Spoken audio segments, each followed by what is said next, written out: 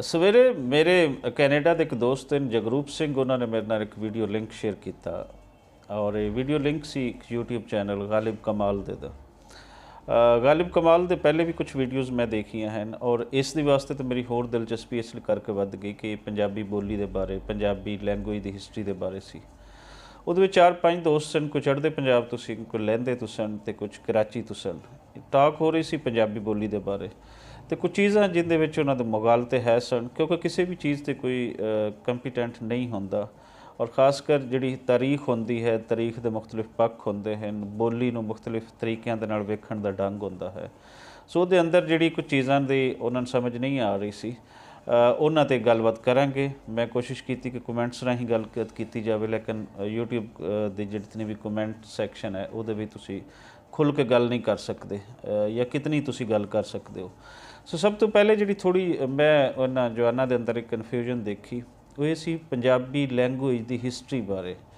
ਉਹ ਸਾਰੇ ਦੋਸਤ ਜਿਹੜੇ ਉੱਥੇ ਬੈਠੇ ਸਨ, ਟਾਕ ਕਰ ਰਹੇ ਸਨ, ਉਹ ਪੰਜਾਬੀ ਬੋਲੀ ਦੀ ਜਿਹੜੀ ਤਾਰੀਖ ਹੈ ਕੋਈ 1000 ਸਾਲ ਦੇ ਕਰੀਬ ਉਹ ਬਣਾ ਰਹੇ ਸਨ कि पंजाबी बोली 1000 साल पुरानी होनी है।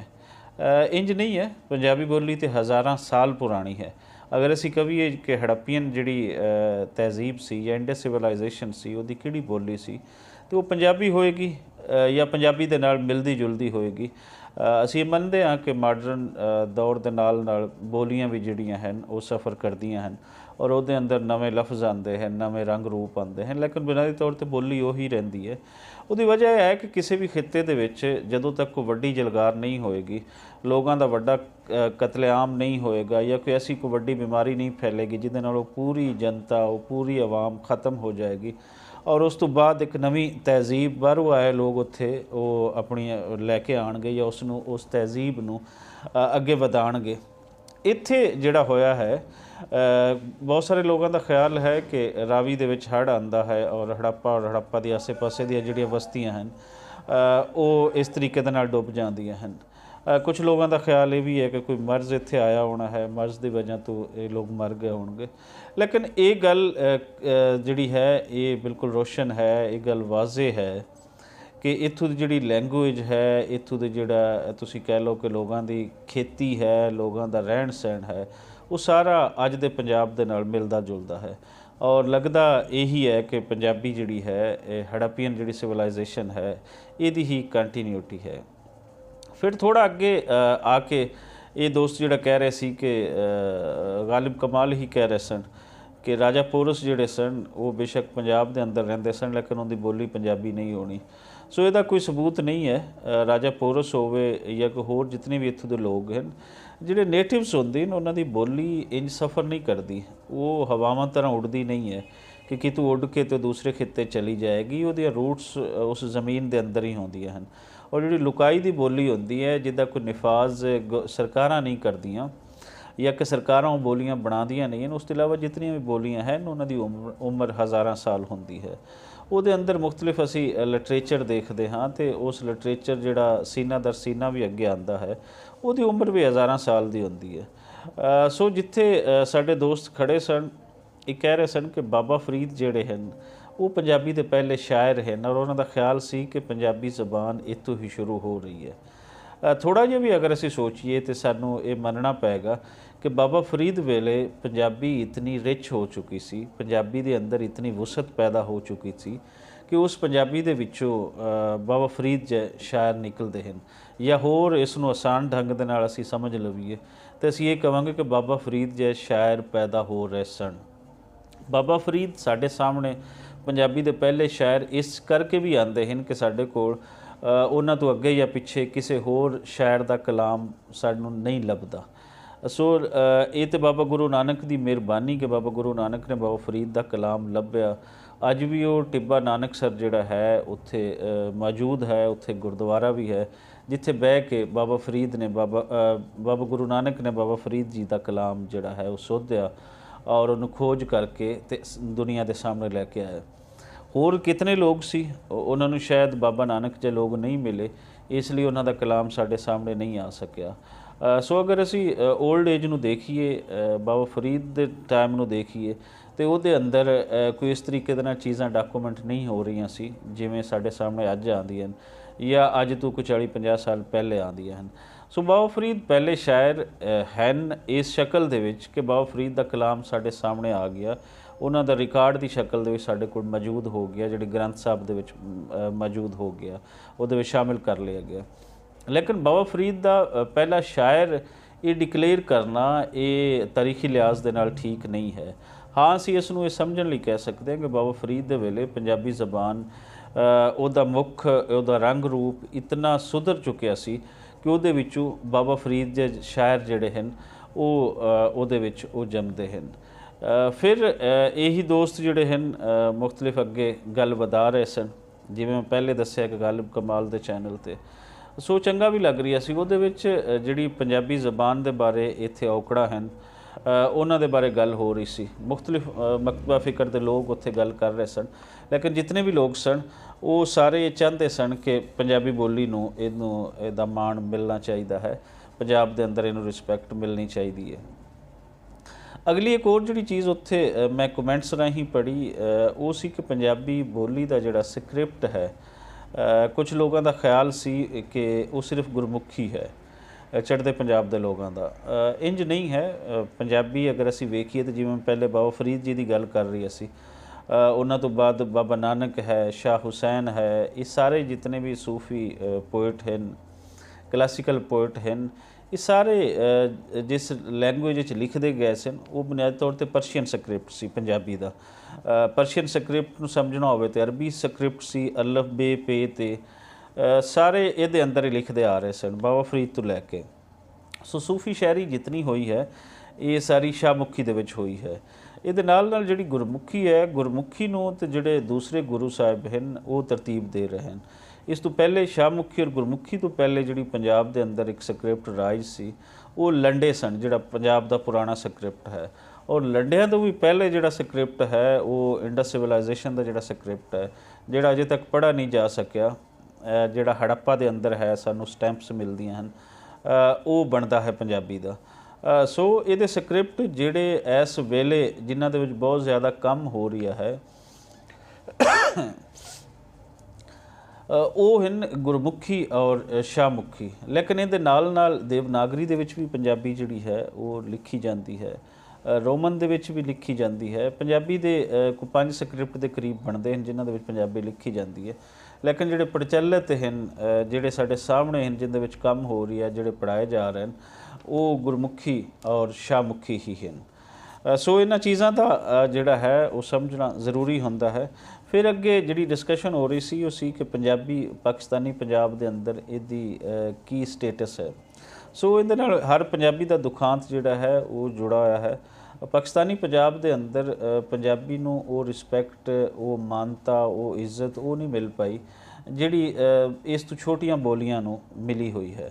ਮਿਸਾਲ ਦੇ ਤੌਰ 'ਤੇ ਅਗਰ ਅਸੀਂ ਦੇਖੀਏ ਪਾਕਿਸਤਾਨ ਦੇ ਅੰਦਰ ਹੀ ਦੇਖੀਏ ਤੇ ਬਾਕੀ ਤਿੰਨੋਂ ਸੂਬਿਆਂ ਦੀਆਂ ਜ਼ਬਾਨਾਂ ਜਿਹੜੀਆਂ ਹਨ ਉਹ ਕਿਸੇ ਨਾ ਕਿਸੇ ਅੰਗ ਦੇ ਵਿੱਚ, ਕਿਸੇ ਨਾ ਕਿਸੇ ਢੰਗ ਦੇ ਵਿੱਚ ਪੜ੍ਹਾਈਆਂ ਜਾ ਰਹੀਆਂ ਹਨ, ਲੇਕਿਨ ਇੱਥੇ ਪੰਜਾਬੀ ਨਹੀਂ ਪੜ੍ਹਾਈ ਜਾ ਰਹੀ। ਅਸੀਂ ਪੰਜਾਬੀ ਪ੍ਰਚਾਰ ਦੇ ਲੋਕ ਜਾਂ ਬਾਕੀ ਜਿਤਨੀਆਂ ਵੀ ਪੰਜਾਬੀ ਆਰਗੇਨਾਈਜੇਸ਼ਨਸ ਹਨ, ਇਹਨਾਂ ਦੀ ਇੱਕ ਲੰਬੀ ਜਦੋਜਹਿਦ ਹੈ ਇਸੇ ਗੱਲ 'ਤੇ ਕਿ ਇਸ ਨੂੰ ਨਿਸਾਬ ਦਾ ਹਿੱਸਾ ਬਣਾਇਆ ਜਾਵੇ, ਕਿਉਂਕਿ ਜਦੋਂ ਤੱਕ ਤੁਸੀਂ ਨਿਸਾਬ ਦਾ ਹਿੱਸਾ ਨਹੀਂ ਬਣਾਓਗੇ ਉਦੋਂ ਤੱਕ ਇਹਨੂੰ, ਜਦ ਤੱਕ ਪੜ੍ਹਨਗੇ ਨਹੀਂ ਉਦੋਂ ਤੱਕ ਇਹਦੀ ਇੱਜ਼ਤ ਕਿਵੇਂ ਵਧੇਗੀ। ਪਾਕਿਸਤਾਨੀ ਪੰਜਾਬ ਦਾ ਬੱਚਾ ਉਰਦੂ ਦੀ ਬਹੁਤ ਰਿਸਪੈਕਟ ਕਰਦਾ ਹੈ। ਉਹਦੇ ਪਿੱਛੇ ਜਿਹੜੀ ਸਾਨੂੰ ਵਜ੍ਹਾ ਨਜ਼ਰ ਆਉਂਦੀ ਉਹ ਇਹੀ ਹੈ ਕਿ ਉਹ ਸਕੂਲਸ ਦੇ ਵਿੱਚ ਉਰਦੂ ਨੂੰ ਪੜ੍ਹਦਾ ਹੈ। ਦੂਸਰਾ, ਉਰਦੂ ਦੀ ਰਿਸਪੈਕਟ ਵਾਸਤੇ ਉਹਦੇ ਪਿੱਛੇ ਸਟੇਟ ਖੜੀ ਹੈ। ਪੰਜਾਬੀ ਜਿਹੜੀ ਇੱਥੋਂ ਦੇ ਲੋਕਾਂ ਦੀ ਆਪਣੀ ਲੈਂਗੁਏਜ ਹੈ, 12 ਕਰੋੜ ਲੋਕਾਂ ਦੀ ਅੱਜ ਮੌਜੂਦ ਲੈਂਗੁਏਜ ਹੈ, ਉਸ ਦੀ ਰਿਸਪੈਕਟ ਸ਼ਾਇਦ ਉਰਦੂ ਦੇ ਬਰਾਬਰ ਇਸ ਕਰਕੇ ਨਹੀਂ ਹੁੰਦੀ ਕਿ ਇੱਕ ਤਾਂ ਇਹਨੂੰ ਸਰਕਾਰੀ ਹੈਸੀਅਤ ਨਹੀਂ ਮਿਲ ਪਾਈ, ਅਤੇ ਦੂਸਰਾ ਜਿਹੜਾ ਇਹਦੇ ਪਿੱਛੇ ਸਰਕਾਰ ਖੜੀ ਹੈ ਉਹ ਇਸ ਤਰੀਕੇ ਦੇ ਨਾਲ ਉਹ ਸੱਚ ਬਿਆਨ ਨਹੀਂ ਕਰ ਪਾਈ ਕਿ ਬੁਨਿਆਦੀ ਤੌਰ 'ਤੇ ਪੰਜਾਬੀਆਂ ਦੀ ਜਿਹੜੀ ਕੌਮੀ ਜ਼ਬਾਨ ਹੈ ਉਹ ਤਾਂ ਪੰਜਾਬੀ ਹੀ ਹੈ।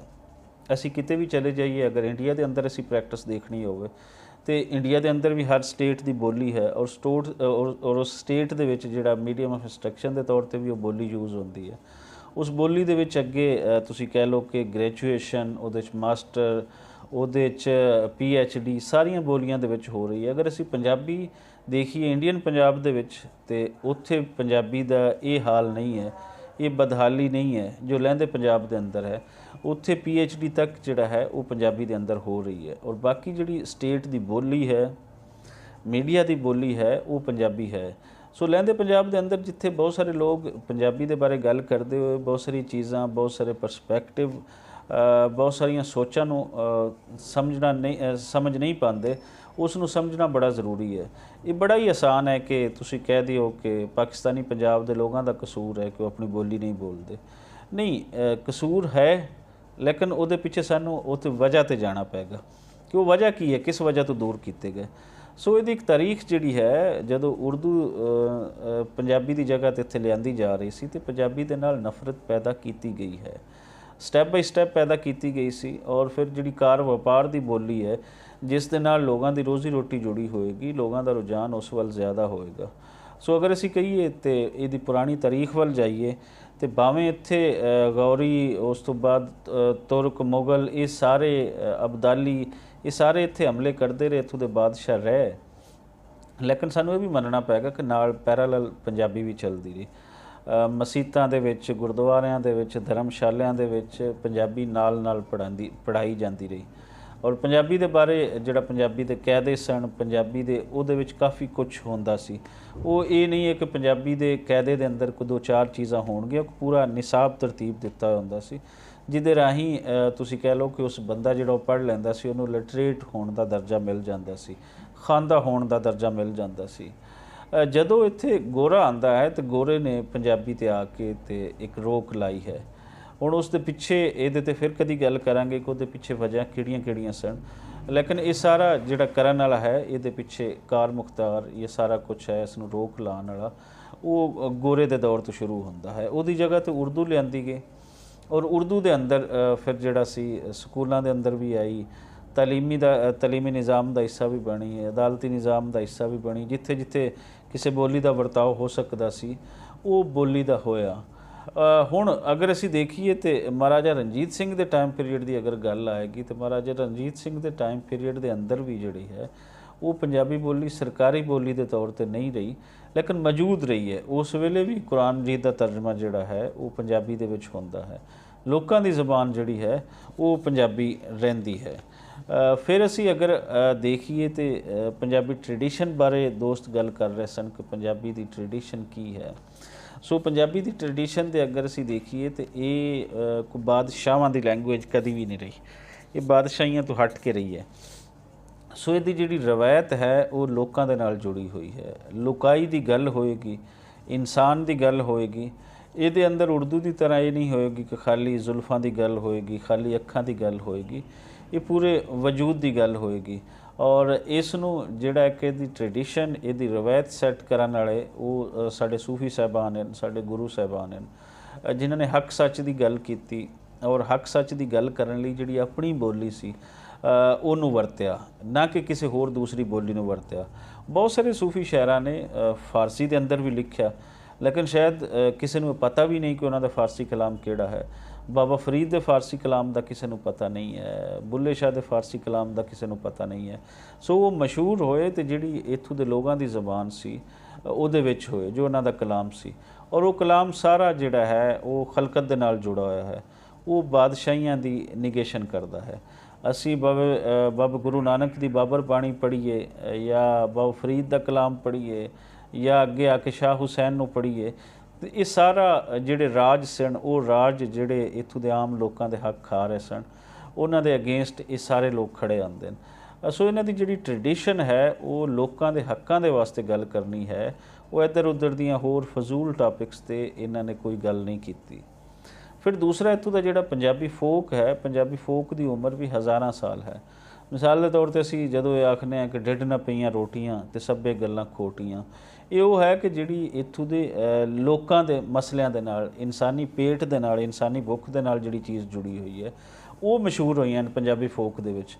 पंजाबी फोक दे अंदर दूसरियां चीज़ां नूं कोई वैल्यू नहीं दित्ती गई, लेकिन जिहड़ी पूरे इंसान की गल करती है उस चीज़ नूं बहुत ज़्यादा इत्थे मानता दी गई है। मिसाल के तौर पर अगर असी देखिए जिन्हों बहुत सारे लोग बुल्ले शाह का कलाम आखते हैं, हालांकि कलाम नहीं है। जदों अहमद शाह अब्दाली इत्थे पंजाब ते हमले कर रहा सी, अहमद शाह अब्दाली के पंजाब ते 17 हमलों की कहानी भी किसी दिन बयान करांगे। तो उदों इत्थे ये मशहूर हो गया सी कि खाधा पीता लाए दा बाकी अहमद शाह दा। सो एक हकीकत सी कि जिहड़ा तुसी खा पी लिया उही तुहाडा है, बाकी अहमद शाह आएगा, अहमद शाह अपनी फौजां दे नाल आएगा तो लुट के लै जाएगा। और अहमद शाह होरां दा ये रिवाज भी यही सी कि जदों इत्थे कणक दी फसल पकदी सी ये आंदे सन ते लुट के ये वापस चले जाते सन। सो पंजाबी ट्रेडिशन नूं अगर देखिए तो ये आम लोगों की गल करन वाली जिहड़ी है वो लैंगुएज है, ये बादशाहां दे कसीदे पढ़न वाली नहीं है। शायद बहुत सारे दोस्तों नूं बुरा भी लगे तो अगर असीं उर्दू वल जात पाईए तो उर्दू शुरू तो ही इहदा मिजाज जिहड़ा है वो कसीदा गोई दा बन चुकिया सी। उर्दू के वड्डे शायरां नूं अगर असीं देखिए जिंदे विच मिर्ज़ा गालिब है, सो मिर्ज़ा गालिब उस वेले मलका इंग्लिस्तान दे, उस तो बाद इकबाल इलामा इकबाल वो भी ये काम कर रहे सन। बाकी जिहड़े उर्दू के शायर हैं वो भी ये काम कर रहे सन कि कसीदा गोई उर्दू का मिजाज बन गया सी। जो जिहड़ा ताकतवर हलका सी उद सो जिहड़ा ताकतवर हलका सी उहनूं वडियाणा ये मिजाज उर्दू का बनया। और जदों यही सारा कुछ इत्थे इंप्लीमेंट कर दिता जाता है वही बोली, तो इत्थों के लोगों के मिजाज भी उही बनना शुरू हो गए। सो जिहड़ी असीं देखते हैं कि रजिस्टेंस पंजाब के अंदर पंजाबियों के अंदर एक पूरी शानदार एक तारीख है। असी देखिए एक एक जिहड़ा असी फर्द चुकीए, गुरु गोबिंद सरकार देखिए तो उन्हां दी कल्ली लाइफ डिस्कस करना ही बहुत ज़्यादा होएगा। इस तरह के जिहड़े करैक्टर सन जदों इत्थे आम बंदे ते जुल्म हुंदा है तो उहदे अगेंस्ट किवें रजिस्ट करते हैं। असी बुल्ले शाह नूं देखिए कि बुल्ले शाह जदों ये कहंदा है कि कसूर बेदस्तूर उत्थे जाना बनया ज़रूर, कि जिथे वो आइन कोई नाम की कोई चीज़ ही नहीं है। आइन वो हुंदा है जिहड़े सारे इंसानां दी गल करदा है, जिहड़ा तुहानूं दसदा है कि तुसी किस दा हक है, किस दे जिम्मेदारियां की हैं। वो बुल्ले शाह नूं उस ते गुस्सा है। बुल्ले शाह कहंदा है कि कसूर बेदस्तूर है। इत्थों दा जिहड़ा पठान हाकम सी बुल्ले शाह दी उस दे अगेंस्ट रजिस्टेंस और फिर बुल्ले शाह दा कतल कर दिता जाना। और फिर जिहड़ी इत्थों दे बुल्ले शाह दे उस्ताद सन, बुल्ले शाह दे नाल दे बाकी लोग सन, उन्होंने जनाजा तक नहीं बुल्ले शाह दा पढ़ाया। ये अलहदा गल है कि अज बुल्ले शाह दे गिरद ही सारा कसूर घुमदा है, पूरा पंजाब घुमदा है।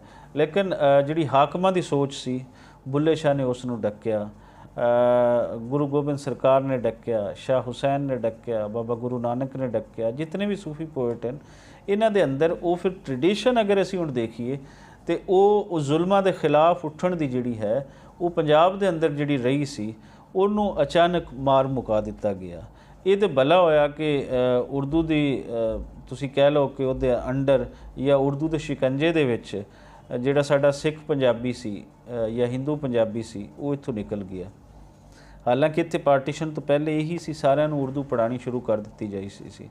सो जिन्हां दे अंदर जिहड़ा उर्दू का मिजाज सी वो सैट करना शुरू कर दिता गया सी। उर्दू नूं ही एक तहजीबी जिहड़ी लैंगुएज है वो बना के पेश किया जा रहा सी।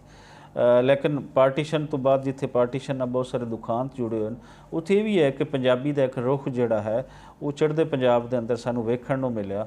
अज किसानी मूवमेंट असीं देखते हैं या कोई होर मूवमेंट असीं देखते हैं तो उहदे पिछे कुछ होर होए या ना होए, वो पंजाबी ट्रेडिशन सानूं वो चलदी नज़र आती है। लਹਿੰਦੇ पंजाब के अंदर असीं देखिए तो उर्दू ने उसनूं डक्का ला दिता सी और वो ट्रेडिशन जिहड़ी है वो अगे नहीं चल सकी। सो अगे आने कि फिर ये डिस्कस करना भी ज़रूरी हो जाता है कि असी बड़ा पंजाबी करते हैं तो पंजाबी कोई ऐसी एग्जाम्पल कोई पंजाबी रूल जिहड़ा है जिहदे अंदर कोई इंसानियत परस्ती होवे, जिहड़े सारिਆਂ ਨੂੰ नाल लैके ਚੱਲਣ ਦੀ ਗੱਲ करदा होवे, जिंदे साडे सारे सूफी जोगी और गुरु साहबान बनने वाले सन। भगती मूवमेंट जिहड़ी आखदी है कि अव्वल अल्लाह नूर उपाया कुदरत के सब बंदे, एक नूर थी सब जग उपजया कौन भले को मंदे। ਉਹਦੀ अमली तस्वीर किते है पंजाब के अंदर तो वो ज़ाहिर जी गल है वो तुर्किश तो कायम नहीं कर सकणगे। तुर्किश के बादशाह हैं, जालिम हैं, इत्थे आके अपना राज कायम करन आए हैं। वो मुगल तो कायम नहीं कर सकणगे, वो अहमद शाह अब्दाली तो कायम नहीं करेगा, वो नादर शाह दुरानी तो कायम नहीं करेगा, वो सोच नूं अगे नहीं वधाएगा। वो डेफिनेटली जदों कोई इत्थों पंजाब का बच्चा कोई पंजाबी ही अगे आएगा तो वो सोच की सानू अकासी या उस सोच की एक प्रैक्टिकली होंदी हुई उस नज़र आएगी।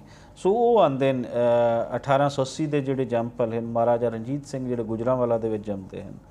ਔਰ ਉਸ ਤੋਂ ਬਾਅਦ ਜਿਹੜੇ ਲਾਹੌਰੀ ਹੁੰਦੇ ਨੇ ਉਹ ਸਿੱਖਾਸ਼ਾਹੀ ਜਿਹੜੀ ਟਰਮ ਇੱਕ ਵਰਤੀ ਜਾਂਦੀ ਹੈ, ਉਹ ਸਿੱਖਾਸ਼ਾਹੀ ਦੇ ਪਿੱਛੇ ਜਿਹੜੀਆਂ ਇੱਥੋਂ ਦੀਆਂ ਮਿਸਲਾਂ ਹਨ ਉਹਨਾਂ ਦੇ ਜ਼ੁਲਮਾਂ ਤੋਂ ਤੰਗ ਹਨ। ਇਸ ਤੋਂ ਪਹਿਲੇ ਜਿਹੜੇ ਆ ਰਹੇ ਸਨ ਅਫਗਾਨਿਸਤਾਨ ਤੋਂ ਲੋਕ ਆਉਂਦੇ ਸਨ, ਇੱਥੇ ਹਮਲੇ ਕਰਦੇ ਸਨ, ਇਹਨਾਂ ਦੀ ਆਪਸੀ ਚਪਕਲਸ਼ਾਂ ਦਾ ਕਰਕੇ ਇੱਥੋਂ ਦੇ ਆਮ ਬੰਦੇ ਦਾ, ਆਮ ਲਾਹੌਰੀ ਦਾ, ਪੰਜਾਬ ਦੇ ਬੰਦੇ ਦਾ ਜੀਣਾ ਹਰਾਮ ਹੋ ਗਿਆ ਸੀ। ਸੋ ਇਹਨਾਂ ਸਾਰਿਆਂ ਦੀ ਖਾਹਿਸ਼ ਤੇ ਮਹਾਰਾਜਾ ਰਣਜੀਤ ਸਿੰਘ ਲਾਹੌਰ ਆਉਂਦੇ ਨੇ, ਔਰ ਉਹ ਕਿਤੋਂ ਹੋਰ ਨਹੀਂ ਆਉਂਦੇ। ਮਹਾਰਾਜਾ ਰਣਜੀਤ ਸਿੰਘ ਗੁਜਰਾਂਵਾਲਾ ਤੋਂ ਆਉਂਦੇ ਨੇ, ਇੱਕ ਘਰ ਤੋਂ ਉੱਠ ਕੇ ਜਾਂ ਇੱਕ ਪਿੰਡ ਤੋਂ ਦੂਜੇ ਪਿੰਡ ਜਾਂ ਇੱਕ ਸ਼ਹਿਰ ਤੋਂ ਉੱਠ ਕੇ ਦੂਜੇ ਪੰਜਾਬ ਦੇ ਸ਼ਹਿਰ ਦੇ ਵਿੱਚ ਆ ਰਹੇ ਨੇ। ਸੋ ਇਸ ਮਿੱਟੀ ਦੇ ਹੀ ਜੰਮਪਲ ਸੀ ਉਹ। ਇੱਥੇ ਲਾਹੌਰ ਦਰਬਾਰ ਤੇ ਬੈਠਦੇ ਹਨ ਔਰ ਬਾਕੀ ਸਾਰੇ ਜਿਹੜੇ ਹਨ ਉਹ ਆਪਣੇ ਪਿੱਛੇ ਹਟਾਉਂਦੇ ਹਨ, ਉਹਨਾਂ ਦੇ ਜਿਹੜੇ ਜ਼ੁਲਮਾਂ ਹਨ ਉਹਨਾਂ ਤੋਂ ਨਿਜਾਤ ਦਿਲਾਉਂਦੇ ਨੇ ਲੋਕਾਂ ਨੂੰ। ਔਰ ਮਹਾਰਾਜਾ ਰਣਜੀਤ ਸਿੰਘ ਦਾ ਜਿਹੜਾ ਟਾਈਮ ਪੀਰੀਅਡ ਹੈ ਉਹ ਫਿਰ ਇੱਕ ਪੰਜਾਬ ਵਾਸਤੇ, ਪੰਜਾਬੀਆਂ ਵਾਸਤੇ ਇੱਕ ਆਈਡੀਅਲ ਟਾਈਮ ਪੀਰੀਅਡ ਜਿਹੜਾ ਹੈ ਸਾਡੇ ਸਾਹਮਣੇ ਆਉਂਦਾ ਹੈ। ਅਗਰ ਅਸੀਂ 1799 ਤੋਂ ਲੈ ਕੇ ਲਵੀਏ ਤਾਂ 1839 ਤੱਕ ਮਹਾਰਾਜਾ ਰਣਜੀਤ ਸਿੰਘ ਦੀ ਡੈਥ ਤੱਕ ਇਹ 40 ਸਾਲ ਦਾ ਟਾਈਮ ਪੀਰੀਅਡ ਬਣਦਾ ਹੈ। ਇਹਦੇ ਅੰਦਰ ਪੂਰੇ ਪੰਜਾਬ ਦਾ ਜਿਹੜਾ ਹੈ ਉਹ ਤਸਵੀਰ ਹੀ ਬਦਲ ਜਾਂਦੀ ਹੈ। ਅਗਰ ਅਸੀਂ ਦੇਖੀਏ ਤਾਂ ਇੱਥੇ 4 ਚੁਫੇਰੇ ਅਮਨ ਹੈ, ਮੰਨਿਆ ਕੁਛ ਬਾਕੀ ਕੰਮ ਵੀ ਇਸ ਤਰ੍ਹਾਂ ਦੇ ਹੁੰਦੇ ਰਹੇ, ਲੇਕਿਨ ਅਗਰ ਓਵਰਆਲ ਅਸੀਂ ਦੇਖੀਏ ਤਾਂ ਇੱਕ ਐਸਾ ਮੁਲਕ ਸੀ ਜਿਹੜਾ ਪੁਰਅਮਨ ਮੁਲਕ ਸੀ। ਇੱਥੇ ਜਿਸ ਵੀ ਮਜ਼ਹਬ ਦੇ ਲੋਕ ਸਨ ਸਾਰੇ ਖੁਸ਼ ਸਨ। ਉਹਦੇ ਅੰਦਰ ਅਸੀਂ ਦੇਖੀਏ ਤਾਂ ਹਿੰਦੂ ਵੀ ਉਸ ਹਕੂਮਤ ਦੇ ਵਿੱਚ ਸ਼ਾਮਿਲ ਸਨ, ਜਿਹੜੇ ਮੇਨ ਮਿਨਿਸਟਰ ਸਨ ਉਹ ਮੁਸਲਿਮ ਸਨ ਔਰ ਉਹਦੇ ਅੰਦਰ ਸਿੱਖ ਵੀ ਸ਼ਾਮਿਲ ਸਨ। ਆਰਮੀ ਦੇ ਅੰਦਰ ਅਸੀਂ ਦੇਖੀਏ ਤਾਂ ਸਾਰੇ ਜਿਹੜੇ ਵੱਡੇ ਇੱਥੇ 3 ਮਜ਼ਹਬ ਸੀ, ਤਿੰਨੋਂ ਮਜ਼ਹਬਾਂ ਦੀ ਨੁਮਾਇੰਦਗੀ ਸੀ। ਸੋ ਇੱਕ ਸੋ ਇੱਕ ਸਾਂਝੀ ਜਿਹੜੀ ਇੱਥੋਂ ਦੀ ਪੰਜਾਬੀਆਂ ਦੀ ਇੱਕ ਗੌਰਮੈਂਟ ਸੀ ਉਹ ਮਹਾਰਾਜਾ ਰਣਜੀਤ ਸਿੰਘ ਦੀ ਬਣਦੀ ਹੈ। ਔਰ ਮਹਾਰਾਜਾ ਰਣਜੀਤ ਸਿੰਘ ਦੇ ਟਾਈਮ ਪੀਰੀਅਡ 'ਤੇ ਅਗਰ ਅਸੀਂ ਦੇਖੀਏ ਤਾਂ ਉਸ ਵੇਲੇ ਦਾ ਜਿਹੜਾ ਲਿਟਰੇਸੀ ਰੇਟ ਹੈ ਉਹ ਕੋਈ 100% ਦੇ ਕਰੀਬ ਸਾਨੂੰ ਮਿਲਦਾ ਹੈ। ਔਰ ਮਹਾਰਾਜਾ ਰਣਜੀਤ ਸਿੰਘ ਦਾ ਟਾਈਮ ਪੀਰੀਅਡ ਉਹ ਸ਼ਾਨਦਾਰ ਟਾਈਮ ਪੀਰੀਅਡ ਹੈ ਕਿ ਜਿਹਦੇ ਵਿੱਚ ਇੱਥੋਂ ਦੇ ਜਿਹੜਾ ਵੈਲਿਊ ਸੀ, ਇੱਥੋਂ ਦੇ ਰੁਪਏ ਦੀ, ਇੱਥੋਂ ਦੀ ਕਰੰਸੀ ਦੀ, ਉਹ ਜਿਹੜਾ ਅੱਜ ਦਾ ਬਰਤਾਨੀਆ ਹੈ ਜਾਂ ਉਸ ਵੇਲੇ ਦਾ ਬਰਤਾਨੀਆ ਸੀ ਉਸ ਦੀ ਕਰੰਸੀ ਤੋਂ ਜ਼ਿਆਦਾ ਸੀ। ਸੋ ਇਹ ਉਹ ਜਿਹੜੀ ਪੰਜਾਬੀ ਮੁਲਕ ਕਾਇਮ ਕੀਤਾ ਜਾਂ ਪੰਜਾਬੀ ਇੱਕ ਸਟੇਟ, ਇੱਕ ਰਿਆਸਤ ਕਾਇਮ ਕੀਤੀ ਪੰਜਾਬੀਆਂ ਦੀ ਆਪਣੀ, ਉਹਦੇ ਅੰਦਰ ਇਹ ਸਾਰਾ ਕੁਝ ਹੋ ਰਿਹਾ ਸੀ। ਉਹਦੇ ਅੰਦਰ ਅਗਰ ਅਸੀਂ ਦੇਖਦੇ ਹਾਂ ਤਾਂ ਇੱਥੋਂ ਜਿਹੜੀਆਂ ਮਸੀਤਾਂ ਹਨ ਨਾ ਸਿਰਫ ਉਹਨਾਂ ਨੂੰ ਗਰਾਂਟਾਂ ਜਾਂਦੀਆਂ ਸੀ ਮੇਨ ਮਸੀਤਾਂ ਨੂੰ, ਬਲਕਿ ਉੱਥੋਂ ਦੇ ਜਿਹੜੇ ਮੌਲਵੀ ਸਨ ਉਹਨਾਂ ਦੀਆਂ ਤਨਖਾਹਾਂ ਵੀ ਸਰਕਾਰੀ ਖਜ਼ਾਨੇ ਤੋਂ ਆਉਂਦੀਆਂ ਸੀ। ਸੋ ਪੰਜਾਬੀਆਂ ਦਾ ਜਿਹੜਾ ਆਪਣਾ ਰੋਲ ਹੈ ਉਹ ਮਹਾਰਾਜਾ ਰਣਜੀਤ ਸਿੰਘ ਦੇ ਟਾਈਮ ਪੀਰੀਅਡ ਤੱਕ ਉਹ ਇੰਤਹਾਈ ਸ਼ਾਨਦਾਰ ਹੈ। ਬਾਕੀ ਫਿਰ 10 ਸਾਲ ਉਹਨਾਂ ਦੇ ਬੱਚਿਆਂ ਰਾਹੀਂ ਪੰਜਾਬ 'ਤੇ ਉਹਨਾਂ ਦਾ ਰੂਲ ਲੈਂਦਾ, ਲੇਕਿਨ ਉਸ ਵੇਲੇ ਜਿਹੜੀਆਂ ਆਪਸੀ ਚਪਕਲਸ਼ਾਂ ਹਨ ਔਰ ਬਾਹਰ ਦਾ ਜਿਹੜਾ ਗੋਰਾ ਬੈਠਾ ਹੈ ਉਹ ਵਾਇਲੇਸ਼ਨ ਕਰਨਾ ਸ਼ੁਰੂ ਕਰ ਦਿੰਦਾ ਹੈ ਜਿਹੜਾ ਐਗਰੀਮੈਂਟ ਮਹਾਰਾਜਾ ਰਣਜੀਤ ਸਿੰਘ ਦੇ ਨਾਲ ਸੀ। ਔਰ ਉਸ ਤੋਂ ਬਾਅਦ ਉਹ ਇੱਥੇ ਆ ਕੇ ਤੇ ਸਾਰਾ ਕਬਜ਼ਾ ਕਰ ਲੈਂਦਾ 1849 ਦੇ ਵਿੱਚ। ਸੋ ਉਸ ਤੋਂ ਬਾਅਦ ਫਿਰ ਪੰਜਾਬ ਬਦਲ ਜਾਂਦਾ ਹੈ। ਉਹ ਪੰਜਾਬ ਜਿਹੜਾ ਇੰਤਹਾਈ ਸ਼ਾਨਦਾਰ ਉਸ ਦਾ ਲਿਟਰੇਸੀ ਰੇਟ ਸੀ ਉਹ 40-50 ਸਾਲ ਬਾਅਦ ਉਹਦਾ ਲਿਟਰੇਸੀ ਰੇਟ ਮੁੱਕ ਜਾਂਦਾ ਹੈ ਕਿਉਂਕਿ ਅਚਾਨਕ ਜ਼ਬਾਨ ਬਦਲ ਦਿੱਤੀ ਜਾਂਦੀ ਹੈ। ਸੋ ਜ਼ਬਾਨ ਦੀ ਇੰਪੋਰਟੈਂਸ ਕਿਸੇ ਵੀ ਕੌਮ ਵਾਸਤੇ ਅਗਰ ਸਮਝਣੀ ਹੋਵੇ ਤੇ ਉਹ ਇਹ ਹੈ ਕਿ ਮਹਾਰਾਜਾ ਰਣਜੀਤ ਸਿੰਘ ਦੇ ਟਾਈਮ ਪੀਰੀਅਡ ਦੇ ਵਿੱਚ ਜਿਹੜੀ ਕੌਮ ਪੜ੍ਹੀ ਲਿਖੀ ਸੀ ਉਹ ਗੋਰੇ ਦੇ ਆਉਣ ਤੋਂ ਬਾਅਦ 40-50 ਸਾਲ ਬਾਅਦ ਉਹ ਜਾਹਿਲ ਹੋ ਗਈ ਸੀ ਕਿਉਂਕਿ ਬੋਲੀ ਬਦਲ ਦਿੱਤੀ ਗਈ ਸੀ। ਬੋਲੀ ਇੱਥੇ ਦੂਸਰੀ ਲੈ ਗਈ, ਜਾਂ ਅੰਗਰੇਜ਼ੀ ਸੀ ਤੇ ਜਾਂ ਇੱਥੇ ਬੋਲੀ ਜਿਹੜੀ ਸੀ ਉਹ ਉਰਦੂ ਲੈ ਕੇ ਆ ਗਈ ਸੀ। ਸੋ ਇਹ ਕੁਝ ਚੀਜ਼ਾਂ ਜਿਹੜੀਆਂ ਹਨ ਇਹਨੂੰ ਸਮਝਣਾ ਜ਼ਰੂਰੀ ਹੋ ਜਾਂਦਾ ਹੈ ਔਰ ਇਹਨੂੰ ਸਮਝਣਾ ਸਾਨੂੰ ਚਾਹੀਦਾ ਹੈ। ਫਿਰ ਅੱਗੇ ਅਸੀਂ ਆਉਂਦੇ ਹਾਂ ਤੇ ਇੱਥੇ ਜਿਹੜੀ ਲਿਟਰੇਸੀ ਰੇਟ ਦੀ ਜਿਵੇਂ ਕਿ ਮੈਂ ਗੱਲ ਕਰ ਲਈ, ਫਿਰ ਇਹ ਕਿ ਪੰਜਾਬੀ ਸਕੂਲਸ ਦੇ ਅੰਦਰ ਜਿਹੜੀ ਹੈ ਉਹ ਅਗਰ ਆ ਜਾਂਦੀ ਹੈ ਤੇ ਕੀ ਚੇਂਜ ਆਏਗਾ। ਜਿਵੇਂ ਕਿ ਮੈਂ ਪਹਿਲੇ ਗੱਲ ਕੀਤੀ, ਪੰਜਾਬੀ ਅਗਰ ਲਹਿੰਦੇ ਪੰਜਾਬ ਦੇ ਸਕੂਲਸ ਦੇ ਵਿੱਚ ਆ ਜਾਂਦੀ ਹੈ ਤੇ ਕਿਸ ਨੂੰ ਪੜ੍ਹਨਗੇ? ਬਾਬਾ ਫਰੀਦ ਨੂੰ ਪੜ੍ਹਨਗੇ, ਬਾਬਾ ਨਾਨਕ ਨੂੰ ਪੜ੍ਹਨਗੇ, ਗੁਰੂ ਗੋਬਿੰਦ ਸਿੰਘ ਸਰਕਾਰ ਨੂੰ ਪੜ੍ਹਨਗੇ, ਬਾਬਾ ਬੁੱਲੇ ਸ਼ਾਹ ਸਰਕਾਰ ਨੂੰ ਪੜ੍ਹਨਗੇ, ਸੈਯਦ ਵਾਰਿਸ ਸ਼ਾਹ ਨੂੰ ਪੜ੍ਹਨਗੇ, ਮੀਆਂ ਮੁਹੰਮਦ ਬਖਸ਼ ਨੂੰ ਪੜ੍ਹਨਗੇ, ਹਜ਼ਰਤ ਸੁਲਤਾਨ ਬਾਹੂ ਨੂੰ ਪੜ੍ਹਨਗੇ, ਖਾਜਾ ਫਰੀਦ ਰਹਿਮਤੁल्लाह अलैह ਨੂੰ ਪੜ੍ਹਨਗੇ। ਤੇ ਇਹ ਤਾਂ ਜਿਤਨੇ ਲੋਕ ਨੇ ਸਾਰੇ ਇਨਸਾਨੀਅਤ ਪ੍ਰਸਤ ਹਨ। ਸੋ ਇੱਥੋਂ ਦਾ ਜਿਹੜਾ ਇਨਸਾਨ ਹੈ ਉਹ ਇਨਸਾਨ ਬਣਨਾ ਬੁਨਿਆਦੀ ਲੈਵਲ ਤੋਂ ਸ਼ੁਰੂ ਹੋ ਜਾਏਗਾ। ਉਹਦੀ ਸੋਚ ਦੇ ਅੰਦਰ ਨੇਚਰ ਜਾਂ ਉਹਦੇ ਕੁਦਰਤ ਜਿਹੜੇ ਢੰਗ ਹਨ, ਜਿਹੜੇ ਅੰਗ ਹਨ, ਜਿਹੜੇ ਰੰਗ ਹਨ, ਉਹਦੇ ਨਾਲ ਉਹ ਜੁੜਨਾ ਸ਼ੁਰੂ ਹੋ ਜਾਏਗਾ ਕਿਉਂਕਿ ਇਹਨਾਂ ਦੀ ਪੋਇਟਰੀ ਦੇ ਅੰਦਰ ਇਹੀ ਸਾਰਾ ਕੁਝ ਤੁਹਾਨੂੰ ਮਿਲਦਾ ਹੈ ਕਿ ਧਰਤੀ ਕੀ ਹੈ, ਧਰਤੀ ਦੇ ਲੋਕ ਕੀ ਹੈ। ਔਰ ਸ਼ੁਰੂ ਤੋਂ ਅਗਰ ਤੁਸੀਂ ਸੋਚ ਦੇ ਜ਼ਾਵੀਏ ਜਿਹੜੇ ਹਨ ਉਹ ਠੀਕ ਕਰ ਦਿੰਦੇ ਹੋ तो फिर अगे किसी भी बच्चे का चलना, किसी भी शख्स का चलना वो ठीक रस्ते ते चल सकता है। मन्ना सानू मॉडर्न दौर दे विच टैक्नोलॉजी की लोड़ है, साइंस की लोड़ है, ਉਹਦੇ अंदर भी पंजाबी के अंदर तर्जमा हो सकता है, क्योंकि पंजाबी के अंदर इस तरीके का काम हो नहीं पाया, क्योंकि लंबे अरसे तो पंजाबी ते रोक लगी हुई है। अगर असीं देखिए तो जदों दा इत्थे गोरा आंदा है, गोरे तो बाद इत्थे फिर कुछ नहीं होंदा। लेकिन एक गल होर सानू याद रखनी चाहिए है कि जदों दा इत्थे दा पंजाबी काला गोरा जिहड़ा इत्थे बैठदा है, उसने गोरे तो भी कम लंघा दिता है अगे। मिसाल के तौर पर कि इत्थों मेरी रिट पटीशन तो पंजाबी प्रचार की रिट पटीशन जिहड़ी है उहदे ते लाहौर हाई कोर्ट का फैसला है कि पंजाबी नूं निसाब दे विच शामिल किया जाए। 2019 का फैसला है, 2023 आ चुका है, अजे तक जिहड़ी इत्थों दी पंजाबी एजुकेशन दे नाल जुड़ी एलीट है वो इनके पढ़ाण ते कोई रजामंद नहीं है। सो जिथे असी गोरे नूं निंददे हां, उत्थे जिहड़ा अज दा हाकम है सानूं वो सोच वल भी जाना पेगा। फिर अगे कि इहदे अंदर एक मुंडा सी इस प्रोग्राम दे अंदर पंजाबी नैशनलिज्म ते जदों गल हो रही सी ते उहदे ते गालिब कमाल जिहड़े सन वो कह रहे सन कि पंजाबी नैशनलिज्म ज़रूरी नहीं है। मैं कहना कि पंजाबी नैशनलिज्म ज़रूरी है, हाँ उसनूं सानूं शावनिस्ट अप्रोच जिहड़ी है उहनूं निंदना चाहिए। मिसाल के तौर पर अगर कोई सिंधी नैशनलिज्म है तो सिंधी नैशनलिज्म का एक अपना पैटर्न है, ज़रूरी तो नहीं है कि बलोच नैशनलिज्म है तो बलोच नैशनलिज्म के अपनी ग्राउंड रियलिटीज़ हैं। जो पंजाबी नैशनलिज्म आएगी तो पंजाबी नैशनलिज्म अगर पाकिस्तान दे विच करिए तो सब तो ज़्यादा जो मजलूम हैं वो तो पंजाब के अंदर बैठे, 12 करोड़ जोड़े लोग बैठे हैं और वो हैं पंजाबी। क्या असी इन्हां दी गल ना करिए? असी 3 करोड़ सिंधियां दी तो बड़ी गल कर लैने, असी 60-70 लाख जिहड़ा बलोच बैठा उहदी बड़ी असी गल करते हैं। असी कोई 2.5-3 करोड़ जिहड़ा पश्तून बैठा है उहदी गल नूं तां असी कहना कि इंसानियत परस्ती है।